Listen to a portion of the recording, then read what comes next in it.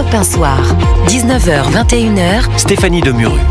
Et chacun de nos chroniqueurs de la première heure, j'ai nommé Gilles William Goldanel, avocat. Bonsoir. Gilles William. Jules Torres, journaliste politique au JDD. Bonsoir Jules Torres. Bonsoir madame. Que de formalités mon cher Jules. J'en fais toujours trop. Oui, voilà. Bon, mais écoutez, c'est du respect. Je vais le prendre comme ça.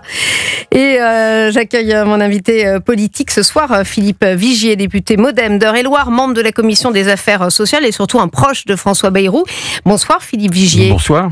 On va parler certainement de votre état d'esprit assez soulagé ce soir, mais avant je voulais vous faire réagir sur quelques chiffres, notamment ceux de l'immigration. Vous avez entendu la France qui a délivré près de 336 000 premiers titres de séjour l'an dernier, un chiffre en hausse de 1,8% par rapport à 2023. Alors c'est vrai qu'il y a une hausse des expulsions, mais il y a surtout ce chiffre record, 4,3 millions, c'est du jamais vu, une hausse de 160 000 titres de plus que l'année précédente. Finalement, est-ce que François Bayrou a eu raison d'employer le terme de submersion ? Ces chiffres ne lui donnent-ils pas raison ?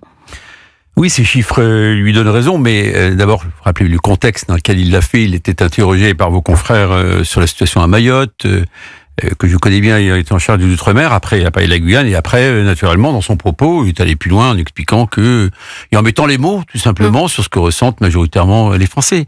Les choses sont assez simples, on peut pas assimiler, intégrer, proposer à chacun un parcours, une formation, offrir un logement, parce que au bout d'un moment, on n'arrive plus, on n'a plus les capacités d'intégration et d'assimilation nécessaires. Donc il l'a dit avec ses mots, on sait que François Bayrou est plutôt un humaniste, mais il sait qu'au bout d'un moment, on ne sait pas faire. Alors arrêtons de raconter les histoires en disant que la France est ouverte à tous les vents, ça n'est pas possible. Vous voyez, c'est un chemin. Il a été critiqué, François Bayrou. Oui, mais vous savez, dans la vie politique, il y a les politiques qui disent rien pour se cacher, lui, il dit les choses. Voilà. Oui. Il préfère dire les choses, mettre les mots. Sourire. D'ailleurs, mais c'est dans la logique qui a toujours été la sienne.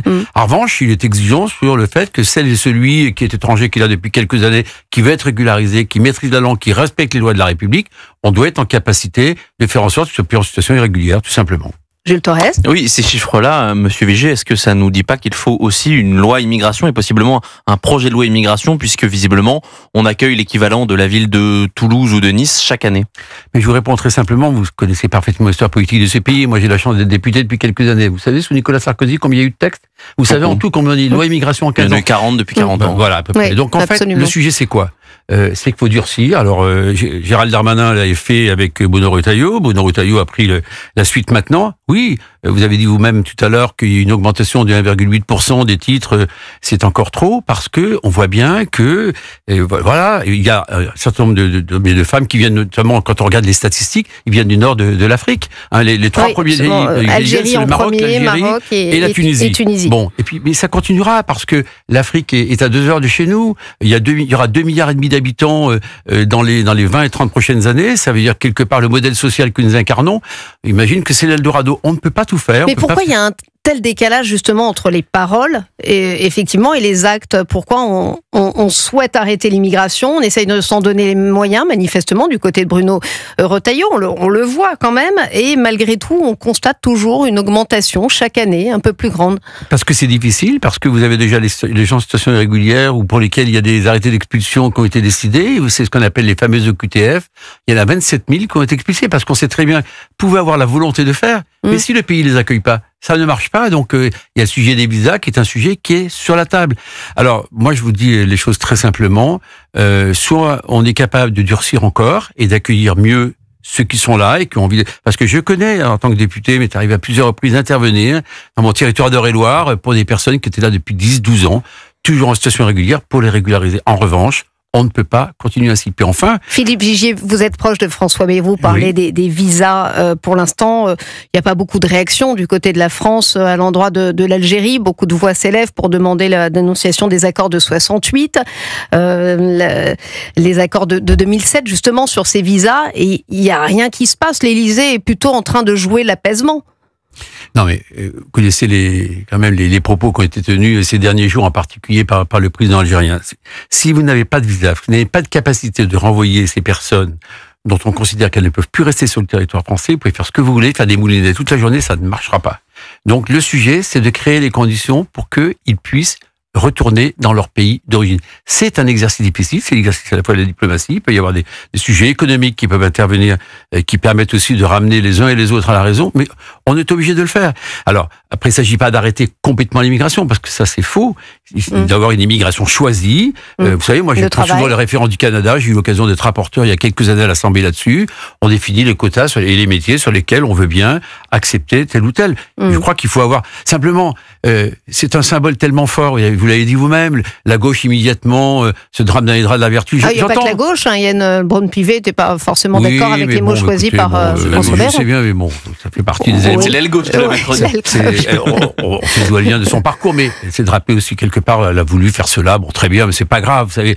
D'abord, vous savez, François Bayrou, une phrase qu'il a prononcée en Toulouse, vous en souvenez parfaitement, en 2001, si nous pensons tous la même chose, nous ne pensons plus rien. Et ben voilà, on peut avoir des avis différents au sein d'un bloc central, étendu aux républicains, et avec la sagesse des socialistes, qui j'espère demain, vous voyez, je suis encore modéré, on verra ce que fera le Rassemblement national demain, et qui j'espère ne censurera pas en ayant enfin un budget, un peu de stabilité, un peu de sérénité. En tout cas, en circonscription, vous voyez les retours terrain, ils nous disent débrouillez-vous, entendez-vous. Vous n'êtes pas sûr de vous là sur le RN, vous jouez la prudence? Vous savez, moi j'ai un petit souvenir, c'était sur la loi immigration. Le matin, un de vos confrères, il me semble que M. Bardella a dit on vote. À 14h, il votait plus. Donc soyons prudents. Chacun, en tout cas, l'heure est grave, l'heure est très grave. Chacun prendra ses responsabilités. Sur le budget de la Sécu, je dis juste un mot. On a 45 jours avec la loi spéciale pour faire fonctionner les hôpitaux. Passer les 45 jours, comment on fait? Gilles William Goldnadel, vous vouliez interpeller Philippe Vigier? Non, j'ai aucune interpellation particulière de Monsieur Vigier que je respecte et que j'estime. Mais cela étant, non, mais je le dis, cela étant, je crois qu'il faut surtout pas s'excuser de dire la vérité. C'est parce qu'il est humaniste que Monsieur Bayrou a eu raison de parler de submersion. Et c'est pas qu'un sentiment, c'est une réalité. La seule divergence que j'ai avec vous, c'est qu'on est dans une situation tellement existentielle par rapport à l'immigration-submersion, que moi, je n'accepte pas les régularisations. J'estime qu'il faut revenir à ce que rentrer indûment dans un pays, c'est un délit. Et quand vous avez commis un délit, il n'y a pas de régularisation possible. Alors, je partage avec vous, mais là, je n'ai pas parlé des personnes qui avaient commis des délits. Vous savez, moi, je connais des gens qui sont en situation irrégulière ou... De rentrer dans le pays serait un délit. Je suis pour qu'à nouveau, monsieur le député, qu'à nouveau, celui qui rentre indûment en France soit considéré à nouveau comme un délinquant, et puisqu'il est un délinquant, on ne peut pas régulariser un délit. On ne peut pas se permettre le luxe de régulariser. On a en réalité, clandestins compris, 1,5 million de gens qui rentrent dans notre pays chaque année. On n'est que 70 millions. Si c'est pas existentiel, j'ai un problème de vocabulaire. Non, on a un sujet qu'il faut traiter. Moi, je vous dis les choses très clairement. Autant je suis humaniste, autant là, à 400 000 personnes, on ne peut pas faire. On ne peut pas le faire parce qu'au contraire, on déshumanise. Vous savez, à Mayotte, première maternité d'Europe, 65% des femmes sont des femmes étrangères, des Comoriennes, ou qui viennent de la côte naturellement africaine. On ne peut pas continuer ainsi. Sinon, on fait très mal les choses. Et ça, c'est pas acceptable. La bien-pensance n'a pas de place. Au contraire, elle devrait guider à changer des règles. On va continuer ces débats avec vous, ces débats nourris, Philippe Vigier, Gilles William Goldnadel et Jules Torres. On se retrouve dans quelques instants. Restez avec nous sur Europe 19h, 21h, Europe 1 Soir. Découvrez les comptes ados d'Instagram avec de nouvelles protections intégrées. Les comptes sont privés par défaut, ce qui aide à protéger les ados contre les contacts non sollicités. Le contenu et les commentaires sont automatiquement filtrés pour aider à s'assurer qu'ils sont adaptés à l'âge. Et les ados de moins de 16 ans doivent obtenir l'accord parental pour modifier ces protections. Compte ados d'Instagram, de nouvelles protections intégrées pour que les parents aient l'esprit tranquille. En savoir plus, instagram.com/compteado. Chez Point S, on va plus loin quand on se connaît bien. Et justement, on sait que cette saison est votre terrain de jeu. Alors jusqu'au 15 mars chez Point S, pour l'achat de pneus Goodyear, TVA remboursée et une Suzuki Ignis hybride à gagner. Pas de stress, il y a Point S. Conditions sur points.s.fr. Si vous avez un enfant au collège, alors vous avez déjà entendu ça. Alors ouais, j'ai eu 8, mais en fait c'est un prof hyper sévère, donc ça vaut au moins 12 quoi. Mais grâce à Academia, maintenant vous entendrez ça. Et cette fois j'ai eu un 12, mais un vrai 12 hein, 8 plus 4, je suis hyper contente. Academia accompagne les élèves du CP à la terminale pour leur redonner le goût d'apprendre et le plaisir de réussir. Résultat, plus 4 points de progression en moyenne. Renseignez-vous sur academia.fr. Academia, le plaisir de réussir. Étude Consumer Live, juin 2024. Wow. Toi, t'as quel âge 44 ans. Ouais. 41. Non, toi t'as 38 ans. Peut-être. Quand on roule en Mini, on fait toujours plus jeune que son âge. Alors pour qu'elle aussi reste toujours jeune, chez Mini Service, nous entretenons votre Mini avec des pièces d'origine Mini et une expertise unique. Et avec l'offre Avantage 6+, si votre Mini a plus de 6 ans, vous bénéficiez toute l'année d'une remise de 30% sur son entretien. Prenez rendez-vous dès maintenant sur entretien.mini.fr. Voir conditions et réseaux participants. Le Figaro étudiant, numéro spécial Parcoursup. Comment s'inscrire et formuler ses vœux? Découvrez tous les conseils pour choisir sa formation, mais aussi tous les classements de prépa, universités et grandes écoles. Le Figaro étudiant spécial Parcoursup, le guide pour préparer l'après-bac pour tous les lycéens et leurs parents. Actuellement chez votre marchand de journaux. À tous ceux qui font leurs courses avec une calculatrice, à ceux qui savent calculer les pourcentages de tête et sans froncer les sourcils, même quand c'est 17%, et à ceux qui trouveraient ça plus simple sans tous ces 99 centimes. Pour arrêter de calculer, Intermarché propose jusqu'à 1000 produits du quotidien à prix bas, comme la pizza mozzarella Fiorini, une marque Intermarché à seulement 2,19 €. Intermarché, tous unis contre la vie chère. 355 grammes, soit 6,17 € le kilo. Modalité sur intermarché.com. Pour votre santé, évitez de grignoter. Dans la vie, il y a beaucoup de choses sur lesquelles on peut débattre. Des sujets qui divisent, qui rassemblent ou font réfléchir. Mais la santé, elle, ne devrait pas faire débat. Pourtant, aujourd'hui, elle reste un enjeu pour beaucoup. Alors chaque jour, le groupe Vive agit pour que vous soyez bien soignés, bien protégés et bien logés. Et parce que nous n'avons pas d'actionnaires à rémunérer, chaque euro est réinvesti pour améliorer la santé de tous.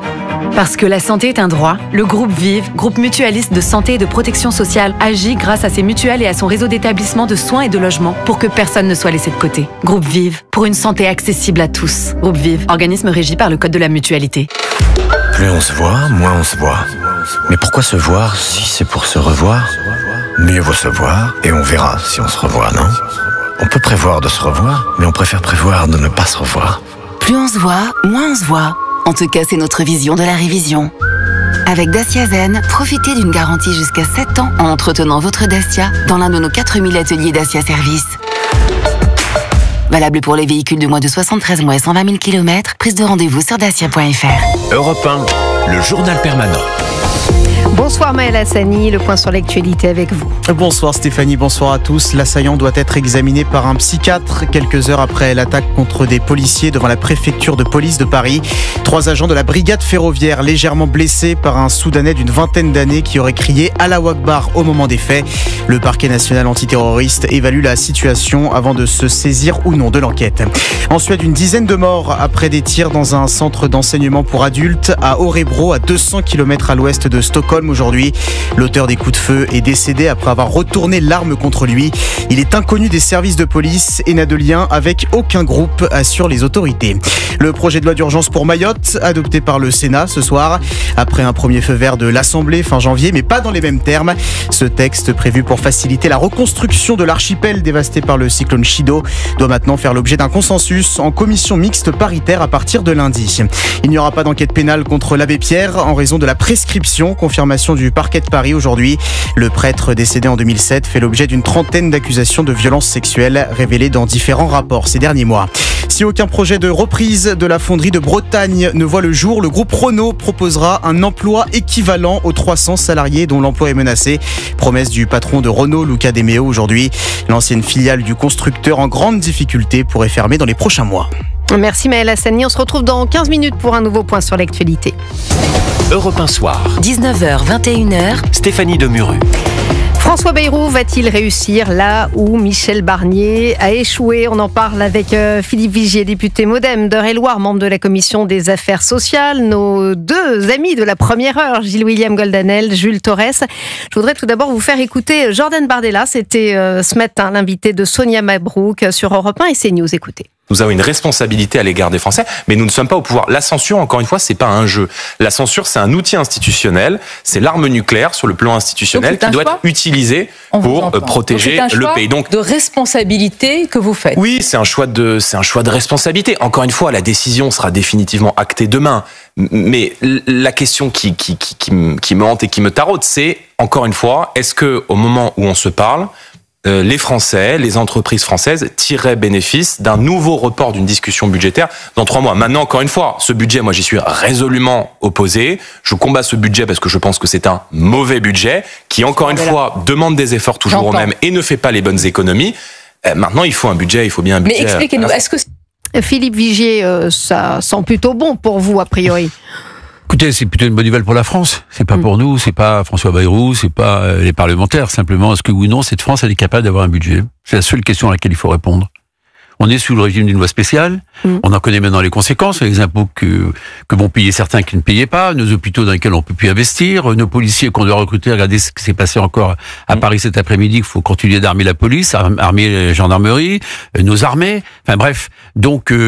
Écoutez, le Rassemblement national qui avait uni ses voix avec les Insoumis pour renverser Michel Barnier, sans avoir compris que eux qui veulent se draper dans les draps de demain, nous serions éventuellement en capacité de gouverner ce pays, ont compris qu'ils pouvaient pas demain renverser le gouvernement. On verra mercredi ce qui va se passer précisément. Alors, un budget certes, mais encore faut-il avoir un bon budget. Ça semble pas être l'avis partagé de Jordan Bardella, ni du PS d'ailleurs, qui vont un petit peu en se bouchant le nez. Alors, si vous me posez une question simple, est-ce que ce budget, on peut faire un meilleur budget? Je vous réponds oui. Vous avez vu les conditions dans lesquelles on l'a fait. On a repris une grande partie du budget qui avait été élaboré par Michel Barnier. Ensuite, pour une fois, c'est les parlementaires qui en grande partie ont eu la main. Et les socialistes. Il y a une commission mixte paritaire. On a donné un peu aux socialistes, mais tout surtout le monde. Les socialistes. Oui, attendez. Gilles Torres. Mais quand vous faites un compromis, vous savez, moi j'ai piloté un conseil municipal pendant 17 ans. Vous n'arrivez pas avec vos idées en disant c'est tout ça, sinon que rien ne se passe. Donc il faut savoir aussi, voilà, faire me semble-t-il, des concessions. Moi aussi, j'étais le premier à avoir fait un certain nombre de concessions. C'était lesquelles, pour vous, les pires concessions? Non, mais par exemple, des choses très simplement en matière de santé. On met 7 milliards de plus, c'est un puits sans fond. On a augmenté de 60 milliards d'euros les dépenses d'assurance maladie dans ce pays depuis 6 ans. Est-ce que ça va mieux? Non. Est-ce que la prévention, on met le paquet? Non. J'aurais souhaité, je le dirai demain, parce que je m'exprimerai au nom de mon groupe contre la motion de censure naturellement pour répondre. J'aimerais que maintenant, il faut préparer un prochain budget, 2026, et le prochain budget, il faut une autre méthode. C'est souvent, moi j'ai vécu des majorités dans lesquelles... Ça fait des années qu'on y est, sur la méthode tout de même... Oui, ça fait pas très longtemps. Enfin, et il n'y a toujours pas de baisse de dépenses structurelles, il y a toujours des déficits structurels. Comment ça se fait que ça soit aussi compliqué, mon cher Philippe Vigier? Je vais vous dire d'abord, un sur la méthode et deux sur les déficits. Sur la méthode, avant il y avait toujours des majorités absolues. Là, il n'y avait pas de majorité absolue en 2022. Le président de la République a dissous dans les conditions qu'on sait, des décisions assez contestables, mais c'est ainsi. Les Français ont dit quoi? Il y a 3 blocs. Donc vous êtes obligés de vous entendre. Personne s'entend, donc conséquence. Après vous dites réforme structurelle. Oui, mais vous savez, c'est comme les niches fiscales. Dans chaque niche, il y a un chien qui veille. Donc réforme structurelle, il faut avoir le courage. Il faut avoir le courage sur le système de santé. Le chien. Je vous le fais en 30 secondes. Système de santé, le fonctionnement tel qu'il est, avec le public d'un côté, le privé de l'autre, l'assurance maladie, les mutuelles où chacun ne sait plus ce que fait ni l'un ni l'autre, où les patients sont déresponsabilisés avec des parcours de soins qui sont on ne peut plus chaotiques. Vous pouvez mettre 10 milliards, 15 milliards, 30 milliards de plus. Dans 2 ans, on sera au même endroit. Donc soit on a le courage, simplement, de façon transpartisane, on a une opportunité là. Franchement, je vous le dis très simplement. D'ailleurs, il y a des lois transpartisanes qui sont en train d'avancer sur l'accès aux soins. Vous avez la fameuse désertification médicale. On a des sujets sur lesquels, avec des insoumis, des centristes, des hommes et des femmes de droite, de gauche, on arrive à faire de la convergence. Il y a plein de sujets sur lesquels on pourrait le faire. Avant de faire réagir Gilles-William Gonalen, qui n'a pas encore parlé, vous êtes silencieux. Moi, je suis bien élevé. Pardon. On va écouter Emmanuel Macron qui s'exprime justement sur ce budget. Je pense qu'il ne faut pas qu'on revienne en arrière. La France a besoin d'une chose, elle a besoin de plus d'activité, de création de richesse, de gagner en efficacité et d'être à la pointe de l'innovation pour garder aussi ce modèle social qui est le sien. Et je pense qu'à l'inverse, les modèles qu'on a déjà essayé par le passé, où on surtaxe, où on oppose le privé et le public, ils détruisent de la valeur, ils créent de la décroissance, ils réduisent la croissance française et ils ne permettent pas d'aller mieux parce que nous sommes déjà à un point maximal de taxation des richesses dans notre pays et on est déjà à un point maximal de place de la dépense publique dans notre pays. Il faut plutôt qu'elle gagne en efficacité et qu'elle bénéficie des innovations. Gilles William Goldanel, c'est sûr qu'Emmanuel Macron doit avoir une forme de petit soulagement à ce que ça passe cette fois-ci. De vous à moi, je n'écoute plus ce que dit le président de la République. J'ai renoncé. Non, parce que ça peut me plaire le lundi, mais il va dire le contraire le mardi. Pourquoi voulez-vous que je me donne la peine ? Non. Cela étant, moi, écoutez, pour dire la réalité des choses, je suis pas le plus grand contempteur du Rassemblement national. Je n'ai pas aimé qu'il censure le gouvernement Barnier.